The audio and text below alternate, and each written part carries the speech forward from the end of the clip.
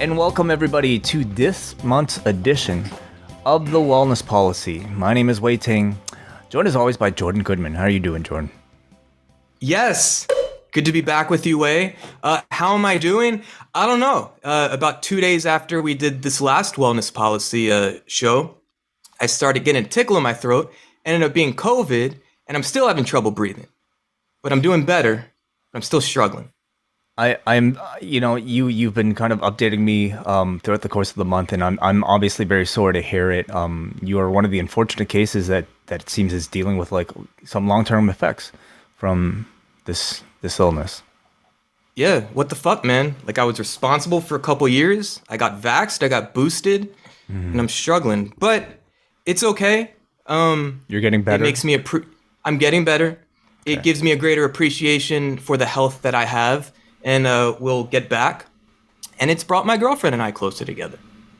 That's always nice. Also joining us for this very special edition of the Wellness Policy, our man, your man, everybody's man, Neal Flanagan. Neal, welcome. Hi, guys. I'm doing better than Jordan. I've been keeping in touch with him as well and following the twists and turns of the past month or so with him. So by comparison, I'm doing great. Thanks. We are here to talk about a topic at large, but primarily maybe focusing our discussion on a particular documentary that has just been premiered to the world, but I would assume that most of you have not been able to see it yet. It is called Out in the Ring. It is currently making the rounds in the festival circuit, so maybe you will find out if it is playing near you very shortly, but also eventually, I'm sure eventually with commercial release, you will be able to get it. But Out in the Ring is a new documentary that looks at the history of queer identity in professional wrestling. As I mentioned, it just had its world premiere at the Inside Out 2S LGBTQ plus film festival here in Toronto, where it won Best Canadian Feature. We are here to speak to the director of the film, Ry Levey. Ry, welcome to the show. Hey, thanks so much. Glad to be here. So first of all, congratulations. The first viewing of this thing, and you've already received, one of the highest honors at this film festival. Tell us about maybe the reception, and more interestingly, like reception from non-wrestling fans to your movie. Well, it's an interesting reception overall with this film. It was the first time that somebody like Susan Green, wrestling legend who was there at the screening, was going to see the film. Greg Oliver was there because he was one of the voices that we utilized for historical context, and he was seeing it for the first time. And then, of course, trying to find a fan base, again, part of what I wanted to explore, one of the avenues I wanted to explore was to showcase to the 2S LGBTQIA plus community was that there was a space in professional wrestling for them, and that there's this history, and that if they really wanted to explore it and kind of learn more about it, they could find a place that would that would show them that there is an opportunity to be welcomed. And I wanted to also give a voice to these amazing performers and hopefully, highlight, the struggles and, the talent that they showcase in spite of and despite everything that comes with coming out of the closet. The three of us speaking to you have had a chance to watch the film, so we will be referring to it throughout our conversation. But I mean, largely we are going to try to focus on maybe the topic at large. But I do want to know, you seem to have a background in film production. What spurred this idea to specifically focus on this topic? Well, I grew up in Alberta in the 1980s. In the heart of Calgary Stampede Wrestling, that renaissance there with the Hart family, the Bulldogs, Benoit, and many other great talents that were coming through there. And I just, that was, parents popped you in front of the TV as a babysitter and you discover professional wrestling. As I eventually kind of drifted away and from pro wrestling in the late 90s, life in general. And then kind of when it came time to produce a film, I wanted to focus on something that I had a passion for, that I experienced, that I was interested in. And I wanted to tell a story through a queer lens. And it just made sense to revisit something like professional wrestling, which I still had an affection for. I probably, as a result of the film, have a greater appreciation and affection for wrestling now, and have become a bigger fan than I ever thought I could be. And it's been wonderful to learn about these amazing performers. You start shooting. I started shooting in 2017. I was hard pressed to find maybe 9 out wrestlers. We were just starting to see people like Charlie Morgan, Mike Perro, Effie, Jamie Senegal starting to come out and speak out. And it was, now we cut to 2022 and we've got at least 400 or 500 out wrestlers from around the globe. Wow. Right. I'm curious, prior to the production of this documentary, like, did you have a sense of community within pro wrestling? Were you connected to any talent or promotions locally or anything like that? Or was the documentary really a vehicle for you to, really insert yourself into the community of pro wrestling and start to build community that way? Well, I was doing the research component of it and was getting interested in pursuing what was going on the indie scene. I initially started with an interview with a veteran journeyman wrestler out of Canada who trained with Kent Patera out of in Minnesota area, Scott McEwen wrestles as Sergeant Dixon, and he was a fantastic voice because he really truly understands wrestling history, but he's also a teacher. So for him, the interest, and also as an artist, exploring queer voices and queer representation in pro wrestling was something that he was happy to discuss at length. So it gave me a great person to kind of initially start with, because then I could expand upon what he said and start looking for more wrestlers. And then, of course, articles around Charlie Morgan coming out in Eve, Pro Wrestling Eve. Then you have Mike Perro's story, breaking ground, and Effie.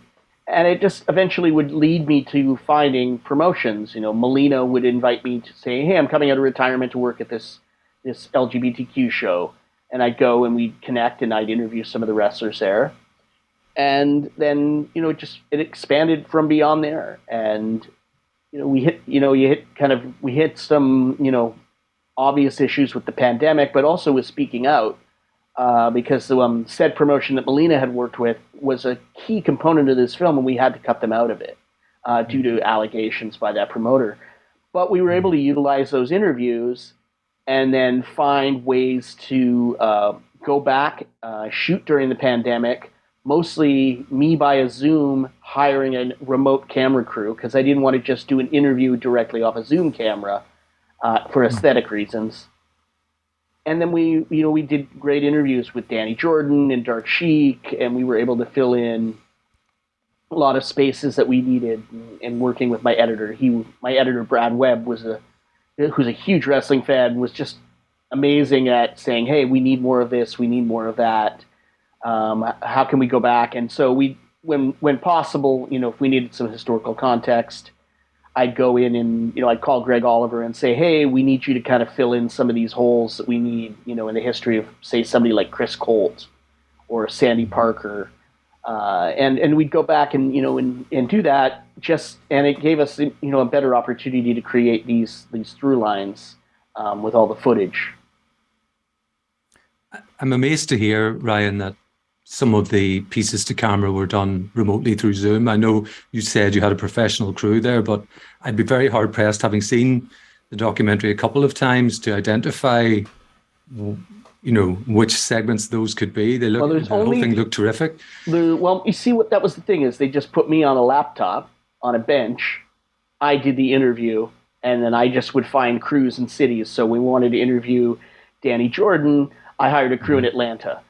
I was, with the exception of a short interview with Pollo Del Mar and Drag, to kind of fill in some context that we needed in terms of talking about China and specifically her bisexuality. Mm-hmm. It was important to get some comments on that. We just didn't have enough strong comments, and we wanted to also make sure that we were cognizant of having as many LGBTQIA plus voices speaking about these topics. No disrespect to my friends Jason and Evan, who make Dark Side of the Ring, but the Chris Canyon documentary, as interesting and moving as it is, had no LGBTQ representation in the film. They didn't ask any members of the community, and there was also no women in the film as well. So any of those relationships, it was left to kind of be told by, yes, his friends, but the impact that his career and death had on pro wrestling, for LGBTQIA plus performers is a lot deeper. And so we were very adamant that we wanted to make sure that when we told those stories and included them in the film, that we had voices from the community talk about why China and Chris Canyon specifically would have been so impactful, especially with the way their lives ended. For I think maybe sport, performance art, whatever you want to call it, that has seen so many different documentaries covering it. It really does feel like it is incredibly underserved, this particular topic. And I think what you managed to do with this film is to really shine a light on not just the history of LGBTQ plus themes, I would say, in professional wrestling's history, but the incredibly colorful scene that currently exists today, that even somebody like me, as close as I am to covering, more of the, I would say, the mainstream aspects of the sport, really was not as aware of. So how did you go about researching, the various topics? I mean, you seem to be a very, very deep, lifelong wrestling fan. Was it simply just, knowing what you already know, or did you have to do active research to find the people and the things that you wanted to cover? It was definitely active research. And when I found, we would interview as many people as we could. So if I went to an event that was, an LGBTQIA plus wrestling show, it was an opportunity. I would reach out directly to the performers. We find AC Mack and Ashton Starr and Billy Dixon through that show. And then when we had to remove the other promotion, we would then be approached by other people saying, "Oh, I wish I'd heard about you. I run Pride Championship Wrestling in San Antonio, Texas." And so we were able to fit in a discussion around what ends up being much more fascinating, that a Southern wrestling LGBTQ organization has been running since 2012. And then pair that alongside something like Hood Slam, which is its own special phenomenon. And then you get Dark Chic and all of those amazing performers that are working within that space that are trans, non-binary, pansexual, lesbian, bisexual. It just, it gave us, every kind of independent show seemed to have somebody that I could ask, who should I talk to? Who's interesting? Or, in the case of Sonny Kiss, walking into a Greektown wrestling show in Toronto and seeing Sonny Kiss in the middle of the ring, running through the moveset for that for their match that night was just amazing, because I knew right away, obviously, Sonny, it's like, oh, Sonny's part of the community for sure. And then at the time, Sonny's boyfriend, who was also a wrestler, was there, and I saw, them putting their arm around each other. It allowed me to find more and more performers. And then time would go on, I'd hear about Pollo Del Mar because she wrote an article for HuffPost and then did Austin Idol's podcast. And so I connected there. And now, cut to 4 years later, Pollo has now become an incredibly important personality in the pro wrestling space right now. And it's an exciting, beyond just the LGBTQIA plus space now. Paul Pratt is, obviously with Wrestling Inc., and also doing, a column in the PWI, and then also producing backstage now at NWA shows. So, to watch these performers kind of flourish and find their voices, and see new performers follow the influence of these performers in terms of how to monetize and build a career for themselves outside of, obviously, the goal for many was WWE. I think Effie and other performers are proving you don't need them to succeed, and you can find your own audience.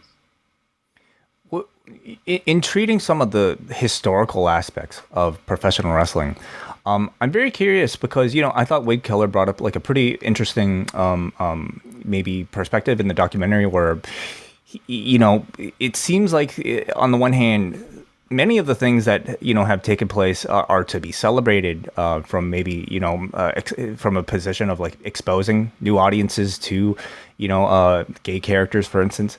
But he stopped short of giving anybody an A or a B because many of these examples were ultimately used to create negative reactions. So even within you, as now somebody who's crafting this documentary and maybe exposing it to a brand new audience who has never seen professional wrestling, do you feel a struggle within yourself in whether to shine a positive or negative light on one of the say something like Gold Dust, which I think is a very controversial idea. I think the Gold Dust character is a fascinating character because it was actually, again, it was Dustin certainly had discomfort presenting that character in the way it was encouraged by Savio Vega and other performers to push the envelope there and push it as far as it could get. And it's not all that different though when you look back to say what Adrian Street was doing. I mean, not much different. It's almost the exact same model. It's just a different make. One's black and leather, and the other one's kind of gold and shiny. But they do, obviously, there's an idea of using gender identity and sexuality as a way of creating, villainry and heat in wrestling. It goes back again to Gorgeous George, and these characters. It's even Pat Patterson for that briefly with that Parisian angle that he was doing in the Pacific Northwest. So it's again, there's something to be said about how what Pollo Del Mar says, at the GCW show. There was no representation. Representation was straight people playing, and you would take what you get. And that's why I think now we know it's so important to find, representation and voices that speak to us. Mike Perro often says that he was looking for somebody that looked like him in pro wrestling because he couldn't relate to Jack on Will and Grace. He can't relate to the Birdcage. Mike's a 6'4", 330-pound leather man. But now so he's always identified with those big guys. So he wants to be the change that he didn't see for himself. And hopefully, Sunny can do what she does in terms of being gender fluid and presenting herself authentically, and Nyla being authentic and how amazing she is. And it's just opened up the doors and allowed, so many great performers to come forward. But there's a lot of problems with the representation. It was bad, but there was problems with xenophobia in wrestling. The Iranian villain. Dark Sheik talks about that. People hating her because she's from Iran. She's a sheik, and she says, "Well, you hate me because it's a place I'm legitimately have lineage from." And then there's just so many of these things. Black wrestlers in the 1950s and 60s being smuggled out in the back of trunks of cars so as not to be attacked by KKK members or other racists. But that heat is still used, and it still is pushed in certain promotions, specifically in the South. Ashton Starr and AC Mack both acknowledge that, being black and gay is heat for certain Southern territories. It makes people, there's still discomfort there. And is that, is it something that can be used to educate or change people's minds, or are we at a point now where maybe performers still have to maybe play these roles because it's all they have? Well, I don't think these performers, the out performers, aren't playing roles. They're playing extensions of themselves.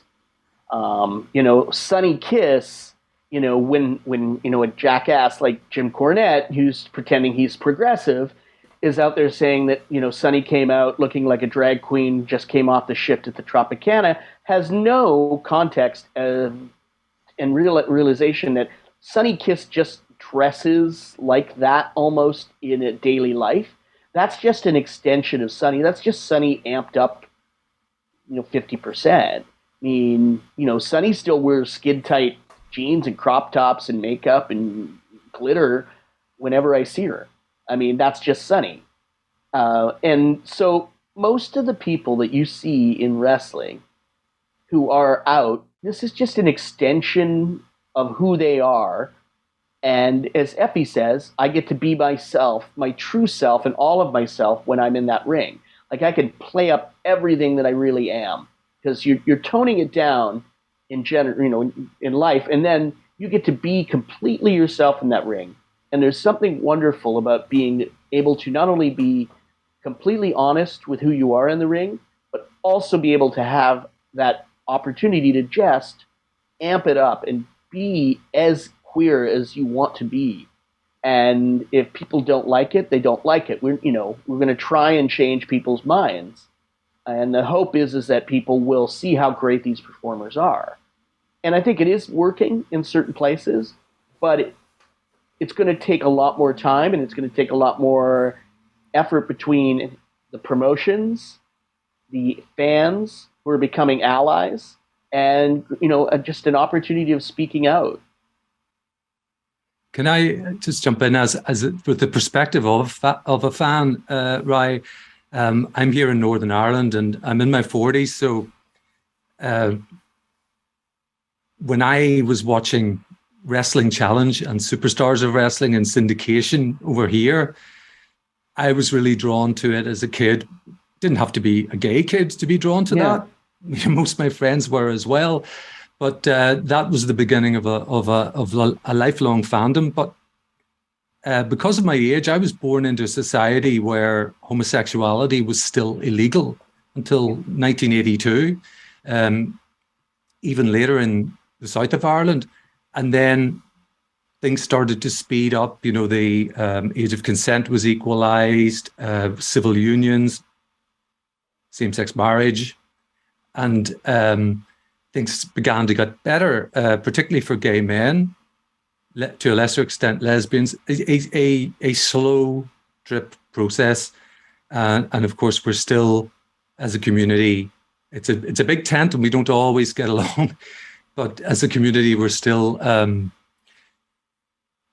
battles to fight. When it comes to, particularly, I think trans issues these days are really to the fore when you have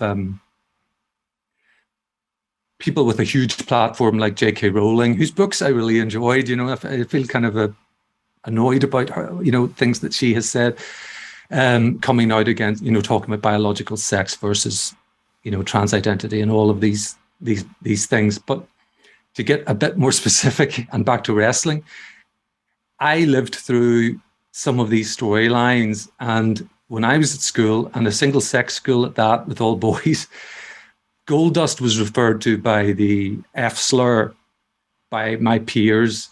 The Billy and Chuck storyline, I'm old enough to have followed that, on a weekly basis. Mm-hmm. And I think it's Wade Keller or somebody says in the documentary, I mean, I know the guy from DX and Chuck Palumbo are not really a couple. It's a storyline. But what they did with that storyline was deeply disappointing. And I think for people like me, like us, actually hurtful in the end, that they really just, the worst possible solution to that, gotcha, ew, gay, and I think they let down the GLAAD organization, who I believe had consulted with them on that storyline. They worked extensively with GLAAD on that storyline, to the point where, and we still are trying to find the footage, but it seems to have been scrubbed from the NBC books, mostly I think because Matt Lauer actually conducted an interview. They had Billy Gunn on the show, on the Today Show, as Kip Sop, talking about playing a gay character and talking about all these things. And then GLAAD actually gave them a gravy boat on the morning show as a gift. Mm-hmm. So they were all in on this. And, they were working with GLAAD, and then all of a sudden they just realized that they didn't know how to get them. They painted themselves into a corner, and they decided to, instead of move forward and just go forward with it and let it play out, they just backtracked as badly as they possibly could. Mm-hmm. It's and it is hurtful, and it's terrible to see these things. And I think of the Mark Henry trans panic storyline with China. At a time, Mhm. you've had a woman who's struggling with already being accused herself of being transgender. And we all know that there's nothing wrong with being a trans woman or a trans man or identifying in these ways. But for Joni Lauer, the idea that because she was muscular, that she had a physique that of astonishing size and musculature was not feminine, and it was hurtful. And it just didn't, and I mean, it's again, it's not meant to be an insult to the trans community when somebody is that, but it is, she's like, well, I'm not, I'm not part of that community. And there's nothing wrong with being part of that community, but why should I, be treated this way and told that I have man hands when Howard Stern refers to her Mhm. in this way. And then the trans panic storyline, they push her in and they have Mark Henry getting a simulated blowjob from a trans woman and pulling off a wig and then vomiting, and then she plays the footage in the ring for in front of Mark Henry's actual mom. Now we have the clip, we just couldn't find a way to use it in the storyline where it fit well. But again, these storylines pop up all the time, and what's amazing is if they've come up again recently in the same company, with this whole tease between Rhea Ripley, and Liv Morgan. Are they going to go there? Are they going to let them? Nope. Going to back off right away. And I mean, nobody said we have to have the actual storylines in there. It would be nice if there was one there, maybe potentially, but the idea that there's not even representation at the largest company in the world, although we'll see how long that company stays in business after this week's Vince McMahon revelations and John Laurinaitis revelations, but but again, I don't think he's ever going to learn, which is amazing considering his right hand man was Pat Patterson. You'd think something would have clicked at some point, but the hope is that companies like AEW will continue to be somewhat more progressive, that GCW will expand their reach, and with people like Effie and Ali Catch on these cards and Dark Sheik, that maybe we'll see more and handle it right. You can actually have storylines like Billy and Chuck. I mean, and do it well because the Golden Lovers storyline was done particularly well. Speaking about representation, especially in the major promotions, about an hour before we started this conversation, someone on Instagram, a friend, DM'd me, seeing that I was promoting This Is What We Were Doing, and he responded pretty upset about the ways in which, I'll be particular, it's Pride Month, obviously, and the Warner Media Networks and USA as well, have fully integrated that into the the promotion of their programming.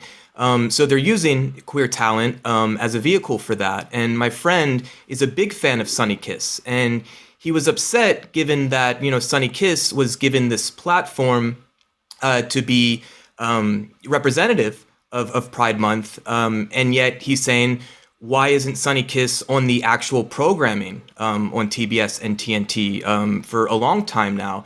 So I guess I'm curious, just your perspective on how talent are being utilized. And obviously, we should all expect talent should speak for itself. A talent should earn TV time because of their talent, et cetera, and not because they, identify in one particular way. But I'm just curious on how talent, especially this month, are being presented. Well, I mean, Sonny. I'm very biased here. Sonny is one of my dear friends, and I think Sonny is a tremendous athlete. I was a fan of Sonny before I met Sonny. I was just thrilled with the moveset, the athleticism, the charm, the charisma, and I totally agree. Sonny should be on TV a lot more, and Sonny should be put in an opportunity. And there were people like Malachi Black who are saying that they would love to work with Sonny Kiss. And there isn't a person who doesn't enjoy working with Sonny. Now, do I think that they're doing well? Do I think they get, they're probably getting a good C plus right now this month. I don't think they're doing, enough. I'm heartened. It's very nice to see a lot of out talent working on their card, but on the other hand, I mean, they tend to be on dark and dark elevation, with the exception of maybe Nyla, who pops up on the main show when she gets a title shot or wins. But right now, I mean, but on another hand, though, the episode of Dark just had a groundbreaking major network match. I wish it would have been longer, between Maxie Impaler and Nyla Rose. You've got two people who identify as trans and one who identifies as trans and non-binary working together in the ring. And to see Nyla, she was great. Max, they were amazing, and it was exciting to see. Now, do I wish that would have been 5 minutes longer? Yeah, because I don't think we saw enough Max, and I don't think we realize how good Max is. Because, I mean, I've been enjoying Max's ROH feud with Brian Malonis and watching Max just beat the hell out of a guy who's 450 pounds, and nobody would even think that, anything about Max doing that. Like, there would never be any question of why is a non-binary person or a person who is presented in the women's division in a lot of cases because of their non-binary status, wrestling in the quote-unquote men's division, whatever that is anymore. I think it's, as we see people coming out and identifying in different ways, it's certainly also making a case more and more for blurring the lines between a men's division and a women's division. Do we really need them anymore? Because intergender is happening all the time, and some of the best matches I've seen have been intergender matches. I mean, I think of the Trish Adora, Tony Deppen 60-minute Iron match. That was my favorite match of last year. I mean, it was incredible. And it was wonderful to see. The documentary does such a sorry Neal. The documentary does such a great job of, I think, painting such a incredible scene that seems to be thriving right now on the indies. So there is certainly a demand, and there is a community that is craving for that same sort of diversity on a bigger scope. So what is it about the macro level? Is molasses pace, as Billy Dixon calls it in the documentary, of a company like a WWE that is keeping them from seemingly doing business really and fulfilling the cravings of a bigger audience. I mean, I watch my film now and I think of we had all these examples of WWE stars that were out on their roster, including Jake Atlas, who was the only out male representation that they've ever hired, an openly gay male who was out at the time, as opposed to Darren Young coming out while on the roster. I look at all those clips now, and the only four people that are there that are out now are Shayna, Doudrop, Kayla Braxton, and Sonya Deville, Daria Benedetta. And I'm thinking, all of those other people are gone, and then where are they working now? They're working for Tony Khan. I'm not saying that Tony Khan hired them because of who they are. He hired Jake Atlas and Mercedes Martinez and Tony Storm because they're incredible. And Bowens has turned out to have turned into an incredible talent. I mean, just to watch him flourish is great. But it's amazing because I watched The Bump today, and they had Doudrop on for Pride, talking about her being the voice of the WWE's Pride movement, and how proud she is. And then they cut to a photo shoot that they did, and it was like a photo of Kayla, a photo of Doudrop, another photo of Kayla, another photo of Doudrop, a photo of Sonia, and then Matt Riddle, who is not a member of the community, and I can't even remember who the other talent was, and we didn't even see Shayna in amongst the photo shoots. Meanwhile, AEW has done the same thing with their commercial that they did. All are welcome, and there's 7 or 8 out talent there. And they're featuring out talent on the Rampage show a lot. Kira Hogan is getting a lot of time currently as one of the baddies, which again I love seeing. But it's I think Billy was being almost too nice with this. It's the macro level. It's molasses. I think it's bloody concrete right now. There's so much more that needs to be done. There's a reason why Effie's Big Gay Brunch is happening still. There's a reason why Billy Dixon, this weekend is going to have 60 out talent on a 2-day show, with Pride and Vibe weekend. Paris is bumping is tomorrow night, and then the Cassandra Cup is on Saturday. And I had to be there for this because I was able to finally go. And I wanted to see Billy because Billy is, I don't know if it'll be for good, but Billy's announced his retirement. He wants to step back, wants to take care of his mental health, and he wants to take care of his physical health, and and see where that what life outside of wrestling is, because he's been going since he was 18. That takes me back, Ry, what you were saying about the bump today to not so long ago, when they felt it would be a wonderful idea for Pride Month to have promotional pictures of Dana Warrior in multicolored Ultimate Warrior face paint, when we all know, all wrestling fans know, that Jim Hellwig was a inveterate homophobe and a bigot of other sorts as well.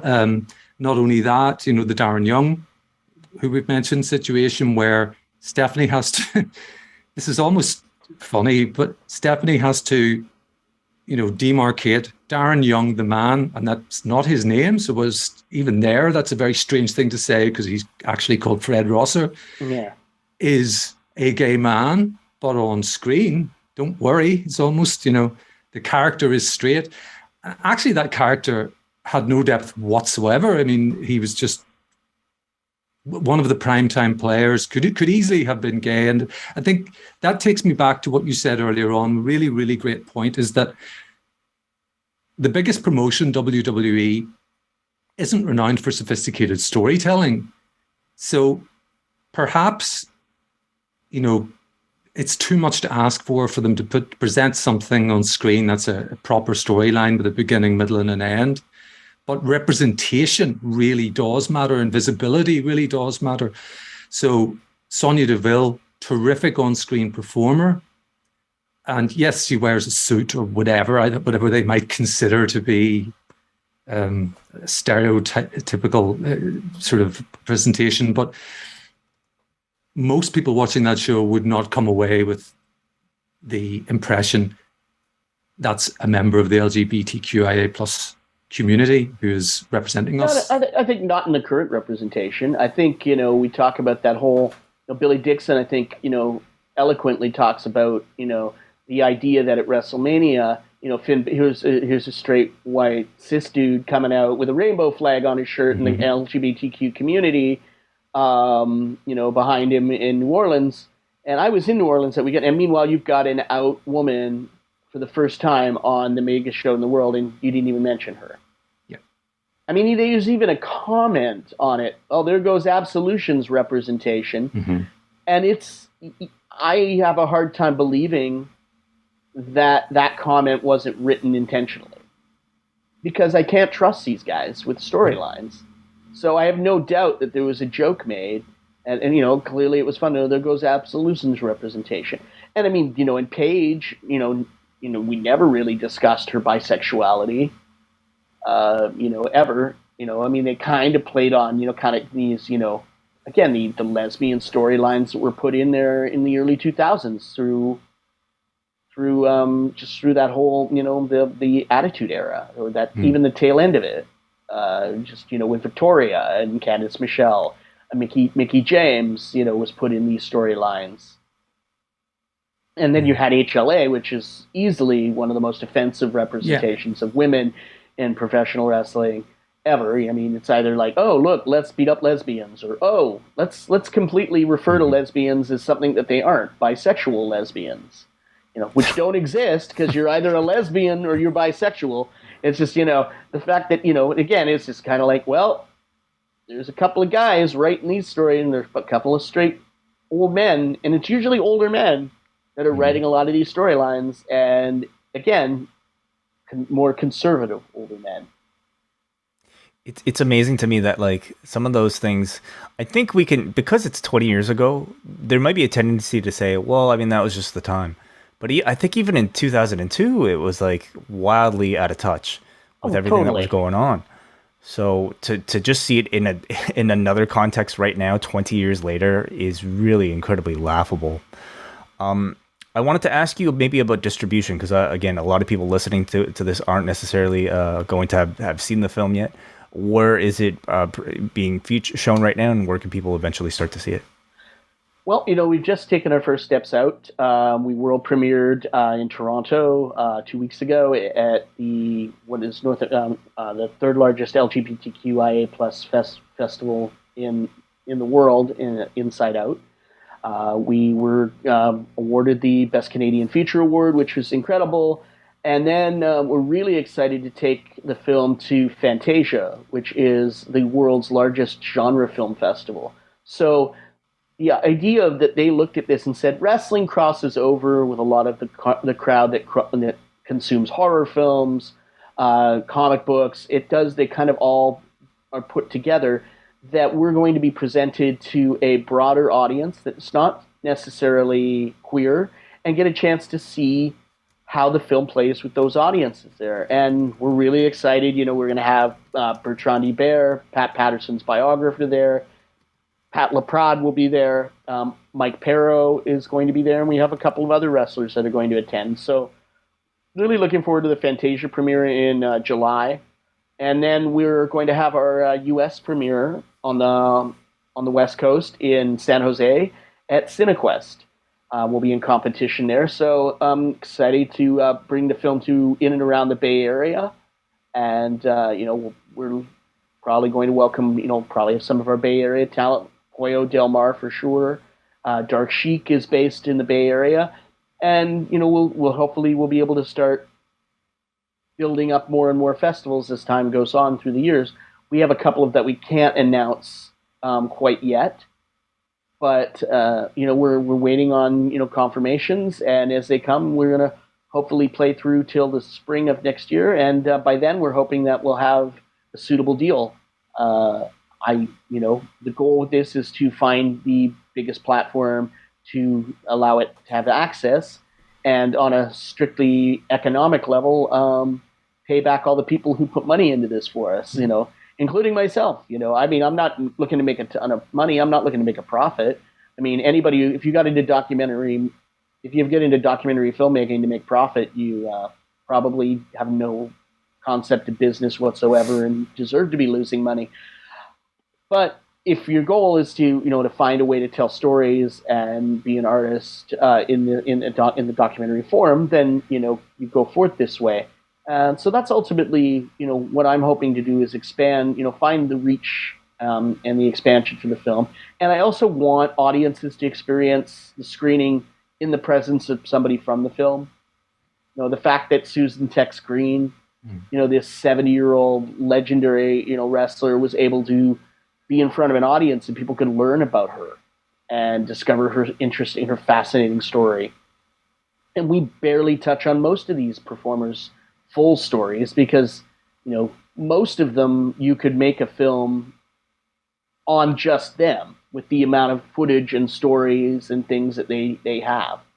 So it's exciting because we also couldn't put everybody into the film, which is why, we feature a photo credit roll, kind of a crawl at the end. And that allowed us to still put 80 more wrestlers in, and we still didn't even get through, I'd say, half of them, and we still missed a bunch of people that we could have got in there.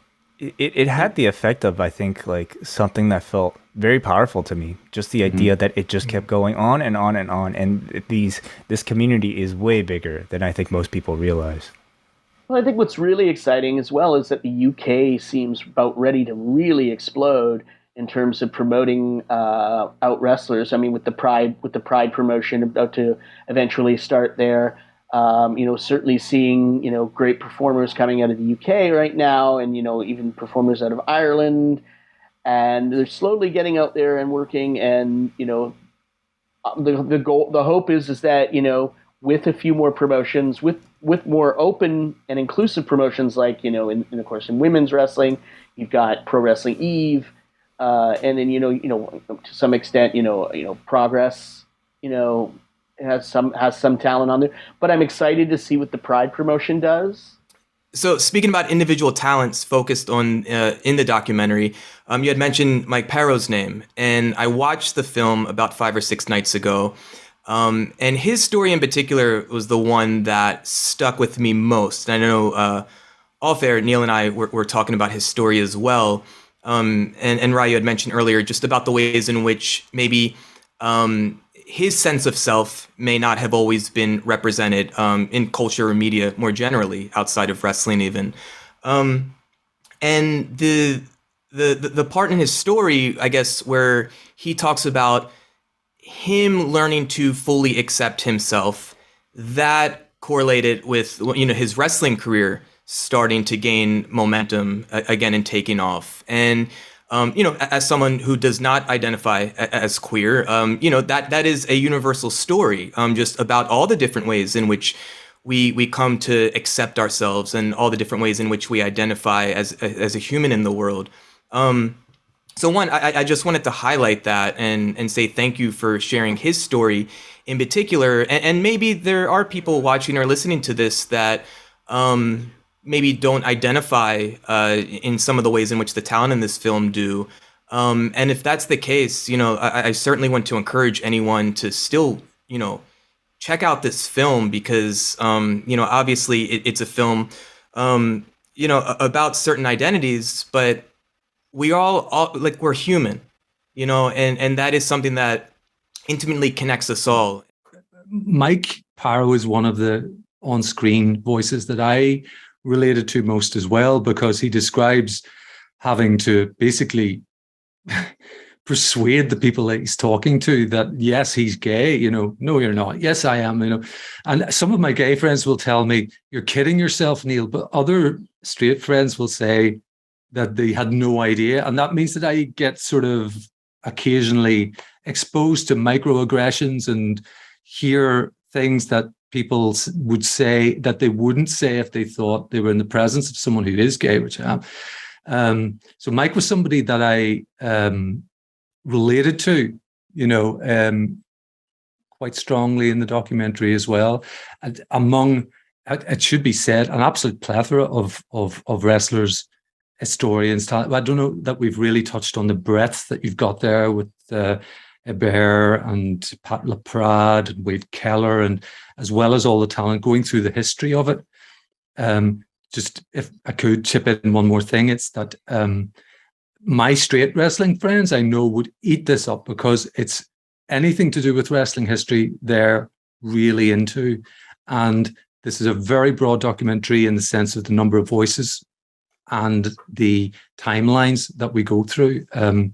It's absolutely terrific. I can't wait for them to see it. Thank you very much. It was important for me to have as many voices as I could have in this. And I know some people always say, oh, you got too many voices. I'm like, no, but the whole goal of this was to showcase how big this has gotten and how rich this history was. I mean, people were not aware, people, maybe if you're, a wrestling, like a real historian, you're familiar with Chris Colt. You're familiar maybe with Susan Green. You're maybe familiar with Sandy Parker. But it was, it got to a point where I needed to interview other performers. So people maybe don't know Sergeant Dixon, Scott McEwen, but you can clearly tell that this is a man who has wrestled for a long period of time. and has been up and down the road and has worked with some major people and trained and done these things. And, it was just a key for me to have all those stories there. And again, to what you said, Jordan, um, humanity at the heart of this. I mean, the idea of trying to humanize so that anybody can relate to that story. I think people can relate to Mike Perro's story because people have been at their lowest where they don't want to be there. That they, when they're looking and considering, suicide, when they're looking at considering taking these extremes, people hear those stories, and to hear somebody like Vandal Drummond, who's a historian and a former wrestler, who's been down the road and interviewed all these people and totally accepting to talk about how painful the Chris Canyon story was for him, and just to hear the struggles that he went through. This I think this we need to understand that as outperformers, as wrestlers in general, there's already a problem with issues around addiction and mental health, and a lot of that has to do with the physical toll one puts their body through. But then on the other hand, it's also, if you add into it the idea around acceptance, self-acceptance, and discovery, and who you are, we see it all the time, and it still affects these wrestlers. I mean, we're talking about a wrestler, an amazing voice, an amazing promoter, and Billy Dixon, who's going to retire this weekend. For how long we don't know. But even sadder was yesterday, a post was made about Pride and Vibe that Mariah Moreno, who was the first out trans woman wrestler active in the United States of America, just thought she could handle it, and she just said, "Listen, my photos of me smiling and looking pretty in my bikini don't tell you anything about the scars and the wounds that I'm trying to heal on myself." And she abruptly said, "I'm not coming, and I'm going to take care of myself, and I'm going to retire." And it goes to show you how hard it is for these people. And then throwing into this, obviously the toxicity that stems out of social media, specifically things like Twitter. It's just it's instant, and Kid Bandit has basically taken Pride off, and I don't want to see a 21, 22-year-old trans kid who's just started wrestling already want to walk away. And wanting to hide themselves again because they've been just mocked, and to the point where, is this what it's going to get to? Are we going to, we're going to scare all this great talent off because you can't help yourself being an asshole? Come on. I mean, mental health is a huge problem in the wrestling space. And, the fact that these people have, as the Sheik says, she survived it. She survived annihilation. She says that her life wasn't great before, but it's not going to be perfect after. But not everybody's able to handle that. For every Sheik, there's a Chris Canyon who can't handle and they'll fight themselves. There's a China. There's a Hana Kimura. And it's tragic, and it's something that is also of note in, I think, with LGBTQIA plus performers, because a lot of them just kind of fade away. They just go away. You'll see young performers, and then they just can't handle it, and they're going to walk away. And I'm hoping that this film can be the beginning of a discussion to understand the struggles that these performers are going through just to achieve who they are and being who they are. And they're doing it and ultimately they're not doing it just for themselves in terms of, they're coming out for themselves, but they're performing for you, and they're putting their bodies through hell for you. Every one of these wrestlers and performers. You don't like wrestling, walk away from it. That's fine. But at the end of the day, it's a form of entertainment that many of us love and appreciate, and it's important to understand it. And all the more reason why, a document like this is so important, not only to just, have a document of the history, of this topic, but also for things like this to stimulate conversation in different communities within pro wrestling and even perhaps more broadly as the film gets wider distribution. Speaking of community, we are in Zoom. If you've been watching on YouTube, perhaps you've noticed that Wai has disappeared. I thought if one of us was going to drop out, it was the guy struggling with COVID for a fucking month. But alas, it's Wai and his tech issues. This may or may not be the last time we do this on Zoom. But with us in Zoom is our good friend Miguel. And Miguel has a question for Ry. He asks, are there books or resources in wrestling that you may want to recommend that touches on the subjects brought on in the documentary? Or maybe something not in wrestling that you would like to recommend as well? Well, I think a really great, I recommended a film that inspired this film, in a lot of ways, was Disclosure, which is on Netflix, a doc that looks at the history of trans representation in film and television. I think is a great document to understanding the stories and the history of it. And I think you're going to hear a lot of the similar stories of the performers in that film as they talk about their struggle to find placement. Trans women finding out that their voices are being lowered an octave before they can be on TV because they happen to be in an intimate relationship with a man. And so they want to bring it home that, just so you remember that this is actually a trans woman, and even though that's not the sound of her voice and they lower octaves, this stuff goes on in other places. And then you've got books. I think in terms of books, I think Accepted, the Pat Patterson biography, is essential. It's Bertrand Bear did a beautiful job working with Pat, and it's really just the final document in Pat's own voice, really, of his career. And even in his death, Bixenspan's article about Pat's arrests is stuff that he didn't even tell Bertrand Bear, that Bertrand didn't find out until the Bixenspan report had done that research. There's also some other wrestlers, Pete Thornley, who wrestled in the UK as, as Kendo Nagasaki, has a great book talking about his career, coming out as bisexual. Ken Dunlop is an Australian wrestler, wrestled in the 80s and 90s. He just wrote a book about his career, Dazzler Dunlop. That's a great book. And, and the Chris Canyon book is, I think, a very important book in terms of understanding, the relationships and the history there. So those, I think, are just some really great places and to find out about some of these performers. So as we start to draw to a close, my question is for both of you, Ry and Neal. Earlier in the chat, Ry, you had mentioned, I think in reference to perhaps AEW, you gave them a grade of a C+. So for both of you individually, I'm curious, what do you both have in mind in the ways in which this type of representation can be expressed through pro wrestling? What gets us closer to an A?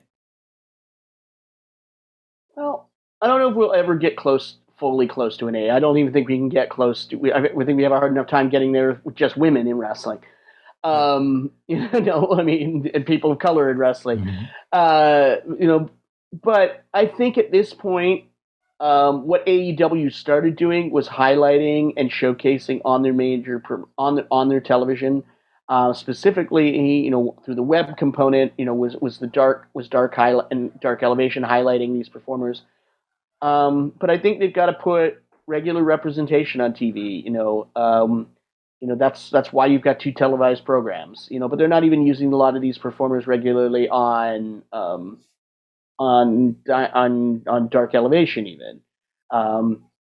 We all know Sunny Kiss is over. Everybody talks about it. Sunny Kiss is a top merch salesperson. Sunny's at every signing. I think you could easily put Sunny in an underdog style feud. I was excited for the prospect of Sunny and Dustin Rhodes teaming together. They even went so far as to go out as Sunny went and got matching gear made without telling Dustin. So when they came out that time on TV, I thought that looked promising. I think sometimes, I think you've got to reevaluate where these performers, what you could do with these performers. I think there are people currently on TV that don't need to be there every week, not for any particular reason. But my hope is that there's a few more, that a few more of these performers can be there, and I think people like Nyla and Sunny and Max are examples of really really important representation. They're physical representations that are not necessarily presented in wrestling on a regular basis, and because trans, gender fluid, femme presenting performers have not always been presented in the best of light, and usually are played by heterosexuals. So I think what I want to see is the people that they have there get the occasional chance on TV a little more often. That they highlight them, that they you give them that push. I think that they've made the right steps, but I also think it's often the case with these companies of 2 steps forward, 1 step back, and you end up back just kind of sitting with nothing, with no real progress. I would absolutely agree with that. I feel like the larger companies, WWE in particular, should take a good look at what's happening on the indie scene and learn some lessons from that. And I think that's about getting the talent, listening to them, and letting them have a little bit of creative control, not total creative control. We know that that's not going to happen on scripted television with segments and all the rest of it. But just listen to them. What is it that they want? As Ry said, Sonny, I think, is very well regarded and had a terrific match with Cody when he was still with AEW. Wonderful match. Then what happened? It was kind of, we were waiting for the next chapter and it never came. So yeah, I would just get the bosses to talk to the LGBTQ plus talent. I mean, I think the Joey Janela Sonny Kiss feud should have been on Dynamite. Mm-hmm. Why are they having? Very entertaining. Oh, absolutely. And Joey's a great talent, and Joey's incredibly entertaining, and those matches were great. And I think they should have been highlighted on a bigger audience. It should have been in an arena. I mean, every time Sonny comes out, that entrance that Sonny has is huge. And I think they also dropped the ball a little bit when they had Sonny fill in for Joey with Kenny Omega, and they just had a quick squash. I was disappointed less, I'm not saying it was, I get what they were doing storyline wise with, in terms of turning Kenny heel. But I was disappointed that Sonny didn't get the opportunity to work with Kenny Omega at the top and at least get 5 minutes, at least get something. And because I think they could have made they could have done some real good work together. Yeah, agreed. So Ryan, now I know you're kind of at the start of this journey, even though you're many years into the journey of creating this film, but you're at the beginning of its distribution. But even now, like as you shared with us earlier, like you're in the States right now. You're not even in your home country right now, so you're out in the world, and really like carrying this flag of sorts with this film that you've spent so much of your time and energy and money to help create and bring to life. I'm curious at this point, like, what kind of vision do you have for yourself, if any, about what next steps you may be pulled toward, whether it's more documentation or anything else related to pro wrestling? I think at some point I'll return to revisiting stories within pro wrestling. I don't know if it'll be another feature-length story. It might be another short. It might be a short. It might be very specific. I mean, there's so many fascinating stories and new performers and new voices and things that are happening. But my goal with this film is just for it to find the widest audience possible. If it can, so that the general population understands more about professional wrestling, that pro wrestling fans in general understand the queer history of it, and that the LGBTQIA plus community understands there's a space for that, and that they've been part of this. And if they were sadly pushed away from wrestling because of the representations, because of the way things were presented, the way people were treated, I want them to know that they're welcome. Even at the very least, they're welcome at the Indies. There certainly appear to be welcome in AEW. There definitely are promotions like NWA that are really surprising people right now. Obviously, NWA bringing in Jamie Senegal was a huge deal. Pollo Del Mar working there on screen and behind the scenes, and now they're bringing in Max the Impaler. I love it. I mean, it's great to see, and I hope that that's there. And then another goal, would be to be above and beyond, the simplicity of a streamer, what they do. I mean, it's not easy to get those deals, but it's a very simple presentation. It's available to stream. People can watch it. I want to make sure that this is also used as a tool. If we can create some sort of an educational component in and around the discussion around, LGBTQIA athletes finding a space in sports. I think of all the amazing people in my film, that speak well. I mean, I think, I love that Reza Clark is there as a representative of the asexual community.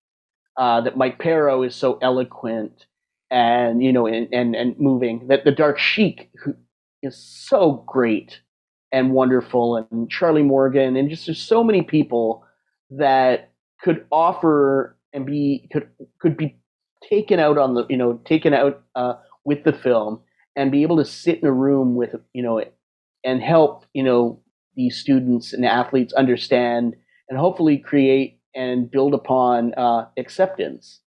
This is not about gay rights. This is about equal rights. It's about equality. This has nothing to do, and words like gay rights are actually buzzwords that the media like to use. This is a film about these are stories about equality and equal rights. And, it's a lesson that I learned very well from my friends Judy and Dennis Shepard, Matthew Shepard's parents, and working with them closely is ultimately this is about to show people that, a lot of the same struggles go across the board. They're just presented differently. And people just need to understand. The more people understand different people's struggles, the more sympathetic and more understanding that hopefully they can become. And they can be the change that they want to see as well. Well, I really believe there's a strong hunger and perhaps need for this film. I certainly wish you the best of luck. As each day you gave us a lot of time. You're very generous, and we certainly appreciate it. And hopefully it finds its audience, because certainly the audience is out there for this film. Ry, for anyone who wants to stay in touch, keep up to date with the film, especially to find out when they can view it for the first time, what's the best place for them to do that? We have a website, outinthering.com, but it's currently just in its development phase. But you can find out about, we're on Twitter at Out in the Ring, we're on Instagram at Out in the Ring Doc, and we're at facebook.com/Out in the Ring. And that's where we kind of keep up to date right now until we have our website up and ready to go. And we'll post about upcoming events and festival screenings as they become available. Very good. Well, I officially want to congratulate you. I want to also thank you for allowing me the privilege to see the film this past week. I believe it is an incredibly important document, not just in pro wrestling, but culture more generally. And I applaud you, and I thank you for gifting that to us. Well, I thank you for giving me the opportunity to share this film with you as well. Good stuff. So that's it. Kind of awkward, everyone. Wai Ting, he wears the post wrestling hat of this show of the two of us. He's not with us. I believe he's somewhere in the ether of sorts, listening to me right now. We'll be back, I think, next month. Thursday, July 21st is what I have in my calendar, 3 p.m. Eastern, as we typically do. What we're talking about, I don't know. Wai is going to be a father soon. I want to publicly congratulate him for that. We love you very much, Wai, and job well done. As we close out, Neal, I will leave it to you, our man of post wrestling, Neal, to give us your last words on this episode of the Wellness Policy. I just want to echo what you've said, Jordan. It was an absolute privilege to see the film. I can't wait for my friends, whether they're LGBTQIA or not, to see it. And in the meantime, I would encourage everybody to follow those social media channels to see if they're lucky enough to be near a screening this year before it gets into, hopefully, a larger distribution. And it's been a true privilege to speak to you, Ry. Thank you very much. Thank you. Good stuff. All right, y'all. We'll see you next month.